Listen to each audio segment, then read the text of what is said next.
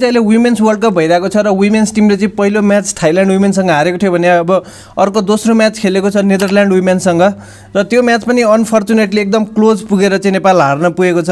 जम्मा 2 रनले नेपाल चुकेको थियो।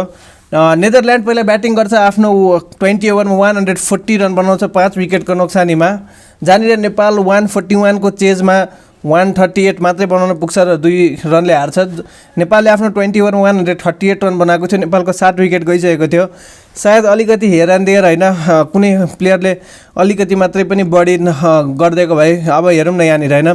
जस्तै पूजा महतोले 21 बलमा 8 रन बनाएकी छिन्, त्यस्तै गरी इन्दु वर्माले 10 बलमा 6 रन त्यस्तै होइन। सो अलिकति उहाँहरूले चाहिँ थोरै रन अलि बनाइदिएको भए होइन। इभन कविता जोशीले 18 बलमा 13 रन होइन। लास्टतिर चाहिँ रुबिना छेत्री र सीता राणा मगरले चाहिँ एकदम ट्राई गरे होइन। 37 रुबिना छेत्रीले र त्यसपछि सीता राणा मगरले चाहिँ 27 चाहिँ बनाए, तर त्यो चाहिँ नेपाललाई पार लानलाई चाहिँ भएन। अब नेपालको थोरै मात्रै म्याचेसहरू छ होइन, नेपालले जसरी पनि राम्रो गर्नै पर्ने हुन्छ, नभए वर्ल्ड कपमा चाहिँ जान सक्दैन।